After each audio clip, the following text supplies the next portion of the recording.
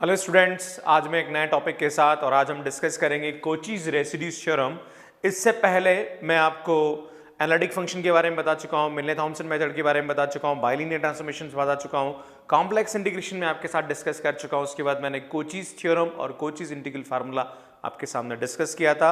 अगर आपको कोई टॉपिक में दिक्कत है तो आप यहाँ पे जो आई टैब है वहाँ पे आप जाके क्लिक करके मेरे सभी वीडियोस देख सकते हैं। एक बार आप वो पहले देख लेंगे तो आपको ये समझने में कोई दिक्कत नहीं आएगी। और भी जो मेरे वीडियोस है वो भी आप मेरे प्लेलिस्ट में जाके आप देख सकते हैं, जहाँ पे मैंने बहुत सारे अलग अलग टॉपिक्स पे वीडियो डाल रखे हैं। अब हम बात करेंगे कोचीज रेसिड्यूज थ्योरम। बहुत ही इंपॉर्टेंट टॉपिक है, जैसे कोचीज इंटीग्रल फार्मूला है, जहाँ पे हम इंटीग्रेशन को सॉल्व करते हैं with the help of कोचीज concept. Sam Kochi ने उसको थोड़ा और इजी बनाने की कोशिश करी। कोची इंटीग्रल फार्मूला में क्या होता है, हम कोई भी फंक्शन का इंटीग्रेशन मतलब किसी इंटीग्रल की वैल्यू निकालते हैं तो वहाँ हम पार्शियल फ्रैक्शन करते हैं, राइट। तो पार्शियल फ्रैक्शन थोड़ा सा कॉम्प्लिकेटेड हो जाता है, उसमें टाइम खराब होता है। कोचीज रेसिड्यूज थ्योरम में हमें ऐसा कुछ करने की जरूरत नहीं, हम सीधा ही उसका रेसिड्यूज से उसकी वैल्यू निकाल सकते हैं। तो पहले ये थ्योरम का स्टेटमेंट बताता हूँ, प्लस कुछ मैं इंपॉर्टेंट नोट है वो अपन डिस्कस करेंगे, देन फिर अपन क्वेश्चंस की बात करेंगे, क्वेश्चन कैसे सॉल्व करते हैं, राइट। सो देखिए आप, कोचीज residues theorem, if fz is an analytic function inside and on a simple closed contour C except a finite number of poles, है ना। एक फंक्शन है जो एनालिटिक है, कुछ पोल्स हैं z1, z2, z3, ये पोल्स हैं। ये पोल्स वो पॉइंट होते हैं जहां पे फंक्शन एनालिटिक नहीं होता है, राइट। तो इन पोल्स पे फंक्शन की इंटीग्रेशन की वैल्यू आएगी। कोची ये बोलता है कि अगर कोई भी फंक्शन किसी क्लोज कंटूर के अंदर एनालिटिक होता है तो उसके इंटीग्रेशन की वैल्यू 0 होती है। बट यहाँ पे कुछ पॉइंट्स है जिस पे फंक्शन एनालिटिक नहीं है, तो इसका मतलब ये हुआ कि उसके इंटीग्रेशन की वैल्यू 0 नहीं होगी, कुछ आएगी, राइट। वो क्या होगी, ये बोलता है कि integration of f z d z is equal to 2 pi I R1 plus R2 plus ये जो R1 R2 ये करस्पॉन्डिंग पोल्स के रेसिड्यूज है, राइट। R1 Z1 का रेसिड्यूज है, R2 Z2 का रेसिड्यूज है, R3 Z3, ऐसे ही यहाँ पे कोई Zn पोल है तो उसका रेसिड्यूज पोल वो पॉइंट होता है जहां पे फंक्शन एनालिटिक नहीं होता या डिफाइन नहीं होता है, राइट। सो अब रेसिड्यूज निकालते कैसे हैं। सबसे पहले residues of a simple pole, है ना। अगर किसी भी फंक्शन का पोल एक ही ऑर्डर का, बताऊंगा क्या होता है सिंपल पोल, क्या होता है पोल ऑफ ऑर्डर 2 क्या होता है बताएंगे। बट अगर सिंपल पोल है तो उसका रेसिड्यूज का फार्मूला ये होता है, limit z tends to a z minus a into F z. अगर पोल ऑफ ऑर्डर n है तो उसका फार्मूला ये होता है 1 upon n minus 1 factorial D n minus 1 upon D Z n minus 1 z minus n z minus a power n into F Z. और अगर by chance किसी का रेसिड्यूज एट इनफाइनाइट निकालना है तो उसका रेसिड्यूज का फार्मूला ये होता है। सो हम यहाँ पे डिस्कस करेंगे कि कैसे हम इसका रेसिड्यूज निकालेंगे और फिर उसके इंटीग्रेशन की वैल्यू निकालेंगे। स्टूडेंट्स, कोची इंटीग्रल थ्योरम में इससे पहले वाला जो मेरा वीडियो था जहां पे मैंने आपको समझाया था कि हम कोची इंटीग्रल थ्योरम की हेल्प से कैसे इंटीग्रल की वैल्यू निकालते हैं, जितने भी क्वेश्चन मैंने आपको वहां पढ़ा है वो सभी क्वेश्चन को हम कोची रेसिड्यूज थ्योरम से कर सकते हैं। अगर एग्जाम में या कोई भी कॉम्पिटिटिव एग्जाम आप दे रहे हैं, जैसे नेट दे रहे हैं या गेट दे रहे हैं या जेम दे रहे हैं या कोई सरकारी नौकरी के लिए आप एग्जाम दे रहे हो और इसमें कोई भी क्वेश्चन आपके पास आ जाता है तो आप उसको कोची इंटीग्रल थ्योरम से भी कर सकते हैं या कोची रेसिड्यूज से भी कर सकते हो। मैं तो आपको एडवाइस करूंगा कि आप कोची रेसिड्यूज से करें क्योंकि उससे इजी पड़ेगा ये क्वेश्चन, राइट। सो कैसे करते हैं वो मैं आपको भी सिखाता हूं।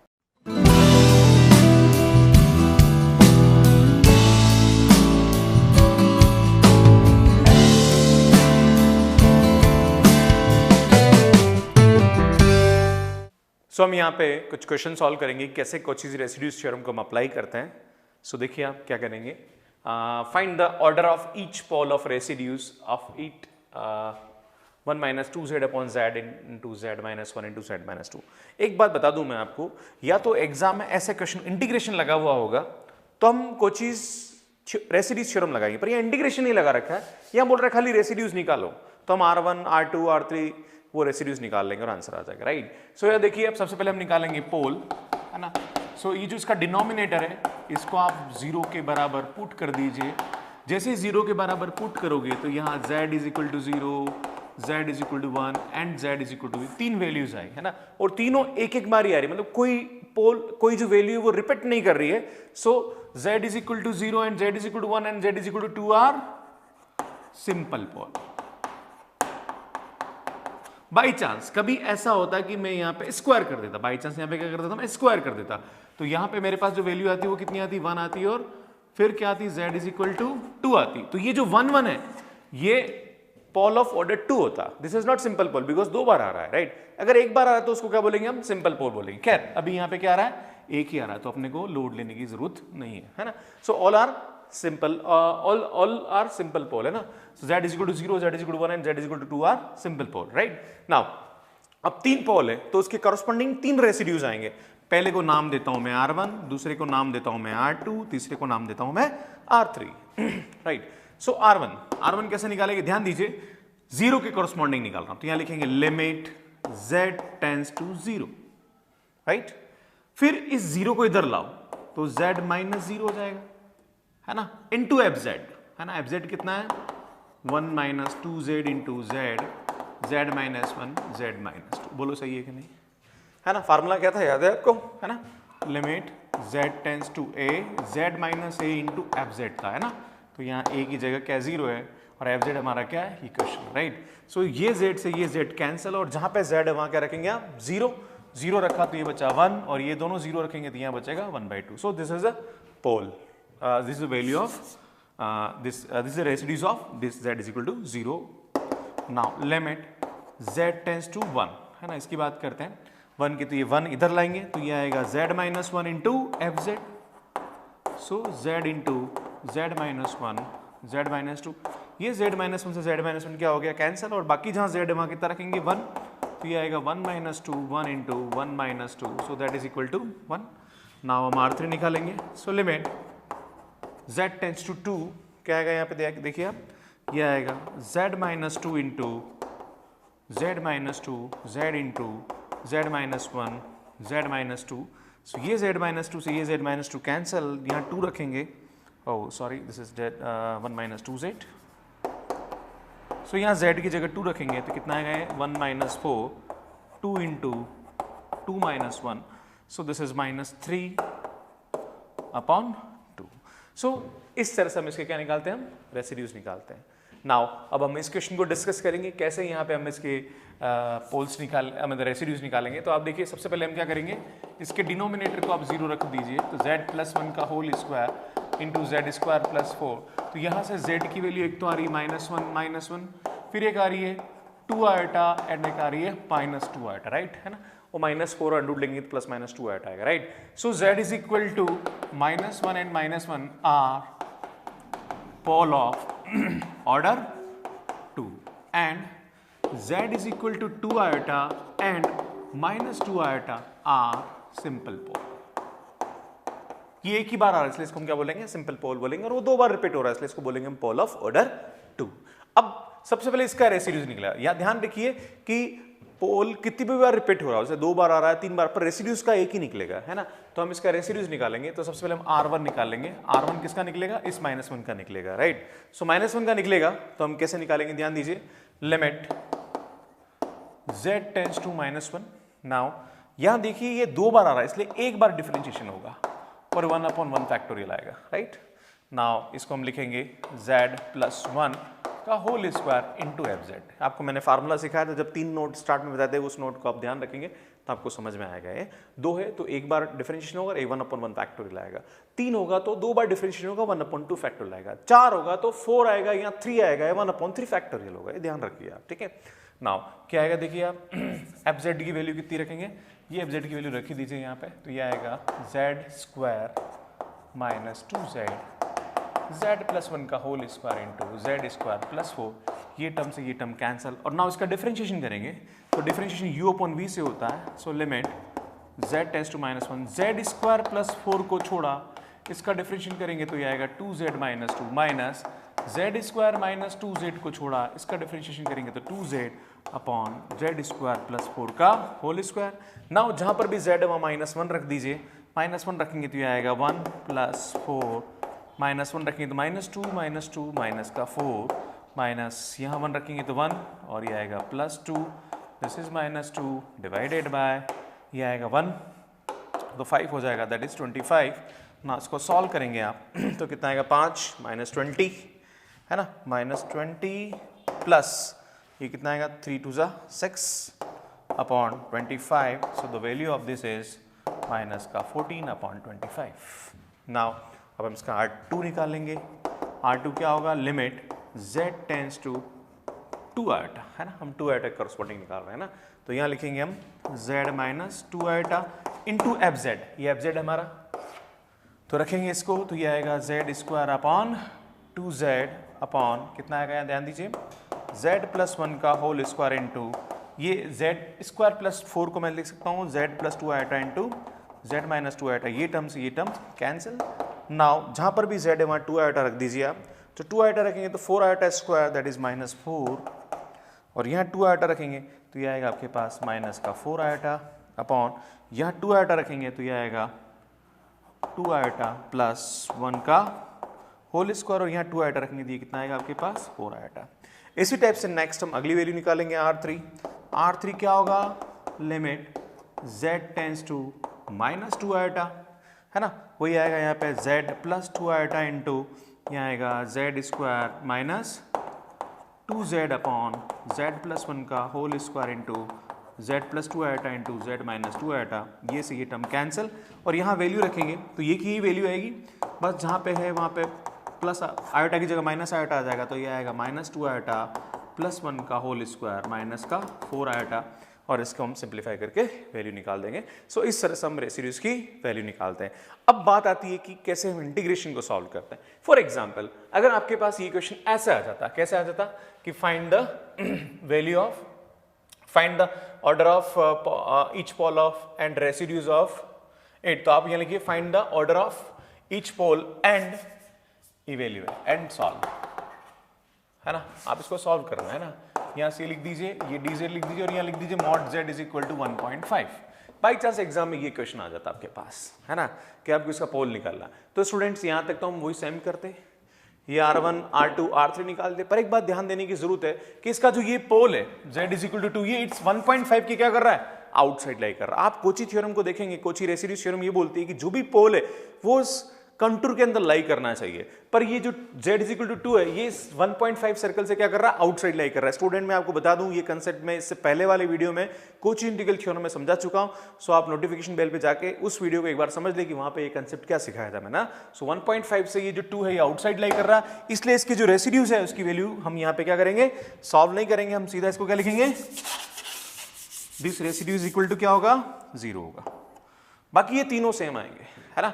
अब क्या बोलती है कोची इंटीग्रल थ्योरम, इसको हम एफ मान लीजिए, इसको क्या मान लीजिए आप, एफ मान रखा है वैसे भी आपने, तो आपका क्या होता है f z d z c is equal to, इसकी वैल्यू किसके बराबर होती है, 2 पाई आई R1 plus R2 plus R3 होती। तीनों रेसिड्यूज को आप क्या कर देंगे, ऐड कर देंगे, राइट। पर तीसरा रेसिड्यूज तो इसका क्या है, 0, बिकॉज 2 1.5 वाले सर्कल से आउटसाइड लाई कर रहा है, राइट। सो क्या आएगा यहाँ पे 2 पाई आई, R1 की वैल्यू कितनी है हमारे पास 1/2, R2 की वैल्यू कितनी है मेरे पास 1, और R3 तो मेरा 0 है, सो ये आएगा 2 3 और 3 से 3 कैंसल, 2 से 2 cancel, so 3 pi is the answer. तो अगर इंटीग्रेशन करना है तो आपको क्या करना पड़ेगा, R1 R2 R3 और वैल्यू पुट करनी पड़ेगी। ध्यान दीजिए अगर खाली आपको सिंपल रेसिड्यूज पूछे तो वहां पे कुछ भी सर्कल वर्कल चेक करने की जरूरत नहीं है, पर अगर आपको इंटीग्रेशन पूछे तो आपको जरूर चेक करना है कि कौन अंदर लाइक कर रहा है और कौन आउटसाइड लाइक कर रहा है। तो एक दो क्वेश्चनों में इस कंसेप्ट पे आपको समझाता हूं। सो हम एक क्वेश्चन और देखेंगे, मैंने आपको कंसेप्ट सिखाया था कि residues at simple pole, residues of pole of order n and residues at infinity. तो रेसिड्यूज एट इन्फिनिटी का मैंने फार्मूला सिखाया था, और अच्छा क्वेश्चन आता है कभी कभी एग्जाम में, नेट पे भी पूछा जाता है, गेट में भी आता है।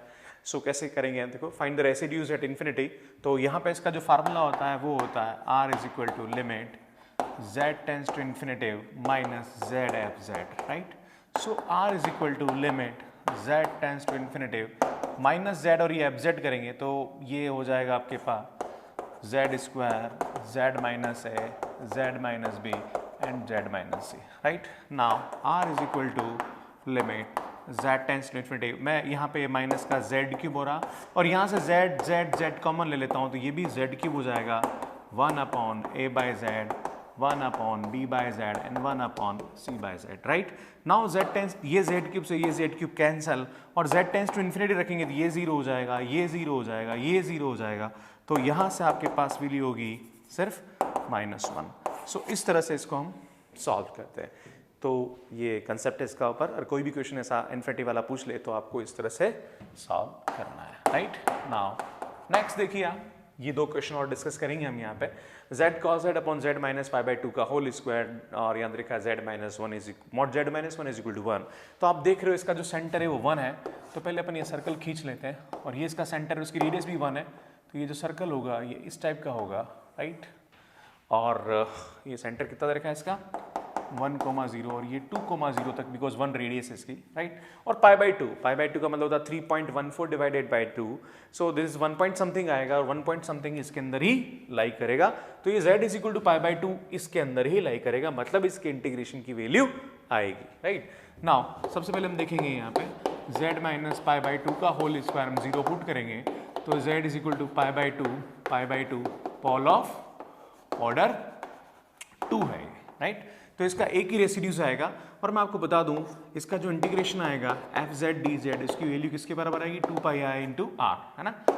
अब मैं एक रेसिड्यूज आएगा और उस रेसिड्यूज की वैल्यू निकाल ली, तो रेसिड्यूज की वैल्यू कैसे निकालते हैं, लिमिट जेड टेंस टू क्या है यहाँ पे पाई बाई टू है ना, और एक 2 बार आ रहा है, तो यहाँ पे 1 अपॉन 1 फैक्टोरियल, एक बार डिफरेंशिएशन होगा z minus pi by two का whole square into F Z, so z cos z upon z minus pi by two का होल स्क्वायर। ये टर्म से ये टर्म कैंसल, हम इसको u इंटू वी से डिफरेंशिएट करेंगे, so r is equal to limit z tends to pi by two, तो इसका u इंटू वी से डिफरेंशिएशन होगा। तो सबसे पहले हमने z का किया तो cos z, और z को छोड़ा और इसका किया तो कितना आएगा sin z, और यहाँ वैल्यू रखेंगे तो देखिए क्या आएगा यहाँ पे cos pi by to minus pi by to sine pi by to, हम जानते हैं cos पाई बाई टू कितना होता है 0, साइन पाई बाई टू की वैल्यू 1 आती है, तो यहाँ से इसकी वैल्यू आई माइनस का पाई बाई टू, ये माइनस का पाई बाई टू उठा के क्या रखेंगे इक्वेशन नंबर 1 में, तो यहाँ से इसकी जो वैल्यू आएगी c f z d z is equal to 2 pi i, है ना, और यहाँ आर की वैल्यू आएगी minus pi by two, so 2 से 2 cancel, so this is minus का पाई स्क्वायर आयोटा इसका आंसर होगा। तो इस तरह से इस इंटीग्रल को हम सॉल्व करेंगे। एक और लास्ट क्वेश्चन देखिए, फिर अपन आगे बढ़ेंगे। सो यहाँ देखिए आप, यहाँ पे क्या आएगा सॉल्यूशन में z is equal to minus one into two z plus three is equal to 0 put करेंगे, तो यहाँ से आपके पास जो z की वैल्यू आ रही है वो आ रही है 1 1 एंड माइनस का 3 by two. So this is pole of order 2, this is simple pole, right, this is pole of order 2 and this is simple pole, right. अब हम बात करते हैं इसकी, है ना, कि ये कहाँ सर्कल बन रहा है, क्लियर है। तो ध्यान दीजिए हम सर्कल कहाँ बनेगा, मैं इसको इस तरह से बनाऊंगा, ये एक्स एक्सिस है, ये वाई एक्सिस है, और यहाँ पे हमारा जो सर्कल का इक्वेशन होता है वो होता है z minus c is equal to r, तो इसका जो सेंटर है वो माइनस आयोटा है, माइनस आयोटा मतलब ये यहाँ आएगा, दैट इसका जो सेंटर होगा वो 0,-1 होगा। रेडियस कितनी है इसकी √3 है, √3 मतलब 1.7 के अराउंड, तो हम इसका सर्कल खींचेंगे तो ये सर्कल इस तरह से आएगा, ऐसा सर्कल आएगा। अब हमें चेक करने की कौन सा पॉइंट अंदर लाई कर रहा है, कौन सा बाहर लाई कर रहा है, तो हम सबसे पहले देखना चाहते हैं कि -3/2 जो है वो कहाँ आ रहा है, राइट। तो मैं यहाँ पे इस पॉइंट का कोऑर्डिनेट निकालना चाहता हूँ कि ये पॉइंट का कोऑर्डिनेट कितना है। तो स्टूडेंट्स देखिए यहाँ से यहाँ तक की जो वैल्यू है वो हमें कितनी पता है -1 पता है, और इसका जो रेडियस है वो हमें पता है कितनी है √3, है ना।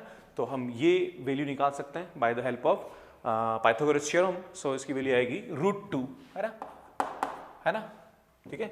सो √2 है, √2 की जो वैल्यू आएगी, और उधर भी √2 आएगा, और -3/2, सो -3/2 इट मीन्स इधर आएगा, तो यहाँ से हमारे पास जो वैल्यू आएगी, है ना, वो ये √2 आएगी, तो इट मीन्स ये जो -3/2 ये कहाँ लाई करेगा, आउटसाइड लाई करेगा, बिकॉज √2 की जो वैल्यू आती है वो 1.4 समथिंग आती है, नॉट ग्रेटर देन 1.5, सो ये जो है ये तो आउटसाइड लाई करेगा, और 1 जो है वो कहाँ लाई करेगा, इनसाइड लाई करेगा। तो इसका जो वैल्यू आएगा, सबसे पहले मैं बता दूँ बाय कोचीज रेसिड्यूज थ्योरम, इसकी जो वैल्यू आएगी c इज इक्वल टू कितना आएगा ये 2 पाई आई r1 प्लस r2, इसका रेसिड्यूज r1 आएगा, इसका रेसिड्यूज r2 आएगा, राइट। तो हम सबसे पहले r1 निकालेंगे, सो r1 कितना आएगा, लिमिट z टेंस टू 1, है ना, वही 1/1 factorial d by D Z of z minus 1 का होल स्क्वायर इंटू कितना आएगा यहाँ पे 12z minus 7 upon z minus 1 का whole square into 2z plus 3, so ये से ये कैंसिल हो गया। ना इसको डिफरेंशिएट करेंगे हम, तो क्या आएगा लिमिट z टेंस टू 1, तो ये आएगा 2z प्लस 3 को छोड़ा, इसका हुआ तो 12 माइनस 12z माइनस 7 को छोड़ा, है ना, इसका करेंगे तो 2 डिवाइडेड बाय 2z प्लस 3 का होल स्क्वायर। नाउ इसको सॉल्व करेंगे हम, तो यहाँ आएगा 1 2 5 है ना, 5 तो दैट इज 60 माइनस ये आएगा 12, 12 में से 7 गया तो 5 दैट इज 10 और यहाँ रखेंगे 1 तो 5 दैट इज 25। सो ये हमारे पास 2 आएगा। नाउ R2 जो आएगा वो हमारा क्या आएगा 0। क्यों 0 आएगा? बिकॉज -3/2 इस सर्कल के क्या आ रहा है, आउटसाइड लाई कर रहा है, right. Now so by the equation number 1 इसकी जो वैल्यू आएगी वो कितनी आएगी, see fz dz is equal to 2 pi I. R1 की वैल्यू हमारे पास कितनी है 2 है और R2 कितना है 0। सो द आंसर इज 4 पाई आई। सो इस तरह से इसको हम सॉल्व करेंगे। सो स्टूडेंट्स, मुझे लगता है कि मेरी वीडियोस आपको बहुत अच्छे लग रहे होंगे और कोई भी अगर डाउट है तो आप यहाँ पे मुझे मेरे कमेंट करके आप पूछ सकते हैं और अपने फ्रेंड्स को ज़रूर शेयर करते रहें और कमेंट करते रहें सो दैट कि हमें मोटिवेशन मिले नेक्स्ट वीडियोस बनाने के लिए। और अगला जो मेरा टॉपिक है वो लेने वाला हूँ मैं कंट्रोल इंटीग्रेशन। उससे पहले जो टॉपिक्स हैं वो सब आप यहाँ पे लगे हुए हैं, लास्ट में आप देख सकते हैं और मेरी प्लेलिस्ट में जाके देख सकते हैं कि क्या क्या वीडियोज़ मैंने अपलोड कर रखे हैं। Thank you so much for watching my videos.